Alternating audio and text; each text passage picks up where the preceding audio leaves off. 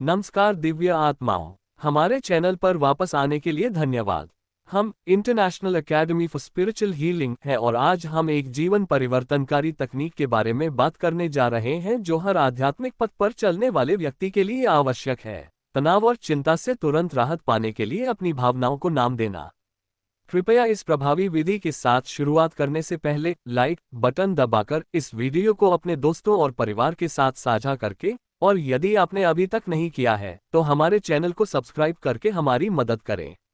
आपकी सहायता हमें अधिक लोगों तक हीलिंग और सकारात्मक ऊर्जा पहुंचाने में सक्षम बनाती है। आइए इस यात्रा पर एक साथ चलें।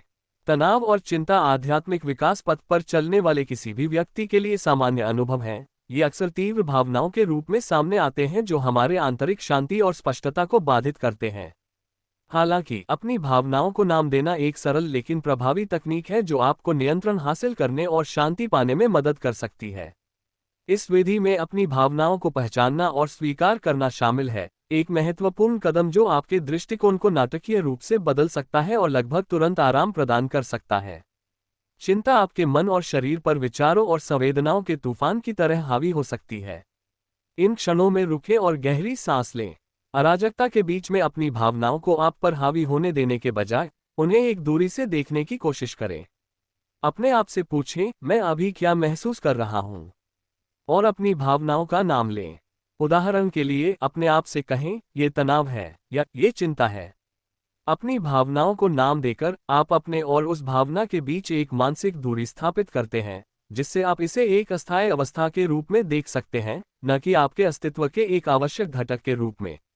अपनी भावनाओं का नाम देना एक गहराई से जड़ित माइंडफुलनेस अभ्यास है, जो आध्यात्मिक अभ्यास का एक मौलिक घटक है। माइंडफुलनेस हमें बिना निर्णय के अपने अनुभवों के साथ उपस्थित होना सिखाती है। अपनी भावनाओं को नाम देने से आप ये स्वीकार कर सकते हैं कि आप उस क्षण में कहाँ हैं, बिना उसमें उलझे हुए। इसे पहचानकर आप भावना की तीव्रता को कम कर सकते हैं और इसे नियंत्रित करना आसान बना सकते हैं। इसके अलावा अपनी भावनाओं को पहचानना आत्म जागरूकता बढ़ाने में मदद करता है, जो आध्यात्मिक पथ के लिए एक आवश्यक गुण है। आत्म जागरूकता आपको अपने आंतरिक संसार को और आपकी भावनाओं और विचारों को समझने में मदद करती है कि वे आपके व्यवहार को कैसे प्रभावित करते हैं।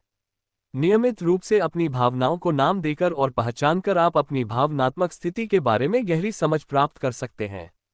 इस ज्ञान से अधिक भावनात्मक बुद्धिमत्ता प्राप्त होती है, जो आपको जीवन की बाधाओं का अधिक अनुग्रह और लचीलापन के साथ सामना करने में मदद कर सकती है।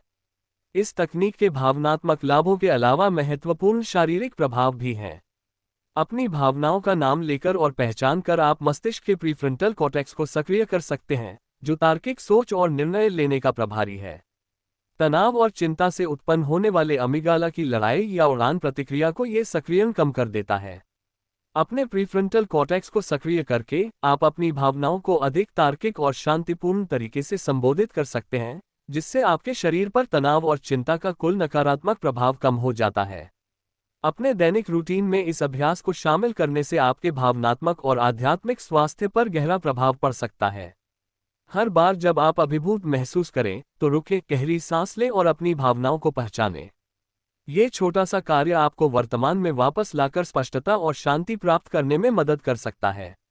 मेरे प्रिय दर्शकों, याद रखें कि आप अपनी भावनाएं नहीं हैं।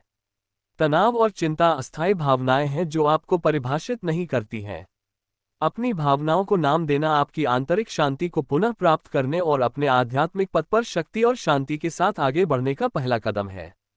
इसलिए यदि तनाव या चिंता धीरे धीरे आने लगे तो रुकें और अपनी भावनाओं को पहचानें।